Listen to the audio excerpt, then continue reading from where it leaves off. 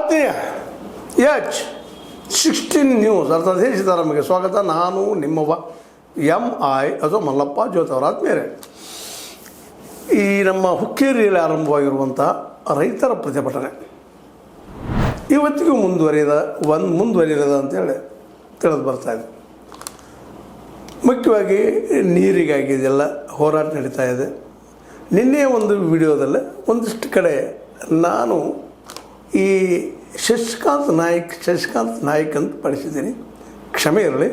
ಅದು ಶಶಿಕಾಂತ್ ಪಡಸಲಗಿ ಗುರೂಜಿ ಅಂತ ನೀವು ರೆಕ್ಟಿಫೈ ಮಾಡ್ಕೋಬೇಕಂತ ಈ ಸಂದರ್ಭ ಹೇಳ್ತಾ, ಯಾಕೆಂದ್ರೆ ಕ್ರಮ ಆಗ್ತದೆ ಗದ್ದಲದಲ್ಲಿ. ಶಶಿಕಾಂತ್ ನಮ್ಮ ಏನಪ್ಪ ಅಂತಂದ್ರೆ ಪಡಸಲಗಿಯವರಾಗಿರ್ಬೋದು, ನಾಯಕರಾಗಿರ್ಬೋದು, ಒಂದಿಷ್ಟು ಅಡ್ರೆಸ್ದಲ್ಲಿ ಏನೋ ಕನ್ಫ್ಯೂಷನ್ ನನಗೂ ಆಗಿರ್ಬೋದು.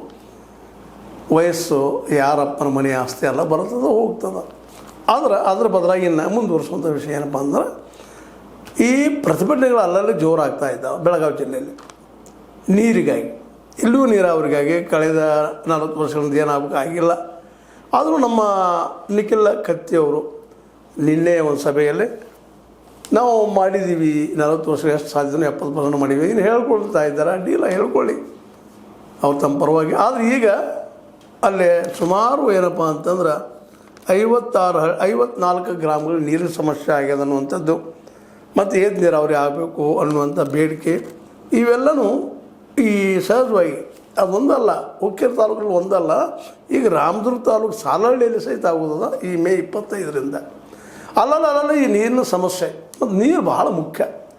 ನೀರಾವರಿ ಯೋಜನೆಗಳು ಎಲ್ಲ ಕಡೆ ಆಗಬೇಕಾಯ್ತು ಇಷ್ಟರಲ್ಲಿ 75 ವರ್ಷಗಳಿಂದ. ಇವರು ಎಷ್ಟೋ ಟೀಕೆ ಮಾಡ್ತಾಯಿಲ್ಲ ಹಿಂದಿನ ಸರ್ಕಾರಗಳಿಗೂ ಕೂಡ, ಇವತ್ತಿನ ಸರ್ಕಾರಗಳಿಗೂ ಕೂಡ. ಯಾಕಂದ್ರೆ ರೈತರ ಶೋಷಣೆ ಅಂತ ನಿರಂತರ ಅದ, ಇದರಲ್ಲಂತೂ ಏನು ಸಂಶಯ ಇಲ್ಲ. ಇವತ್ತಿಗೂ ಯಾವುದೇ ರೈತನ ಲಾಭದಲ್ಲಿ ಇದ್ದೀನಪ್ಪ, ನಾವೊಂದು ಕೋಟಿ ಗಳಿಸಿದ್ದೀನಿ 2 ಕೋಟಿ ಗಳಿಸಿದ್ದೀನಿ ಅಂತ ಹೇಳೋ ಸ್ಥಿತಿ ತಿಳಿಲ್ಲ. ಏನು ಭೂಮಿ ರೇಟುಗಳು ಹೆಚ್ಚಾಗ್ತಾ ಇರ್ತಾವ, ಅದು ಮಾತು ಬೇರೆ, ಅದು ಉಪಯೋಗ ಇಲ್ಲದಂಥ ಮಾತು. ಅದು ಕನ್ನಡಿಯಲ್ಲಿಯೇ ಗಂಟು. ನೀವು ದುಡಿಬೇಕು, ತೊಗೊಳ್ಬೇಕು. ಬಂಗಾರದರಿ ಭೂಮಿಯಲ್ಲಿ ಅಂತ ಹೇಳೋದು ಅಷ್ಟೇ. ಆದರೆ ಬಂಗಾರಲ್ಲಿ ದುಡಿದು ಬೆವರು ಸುರಿಸ್ಬೇಕು ಅಂದಾಗ ಅದು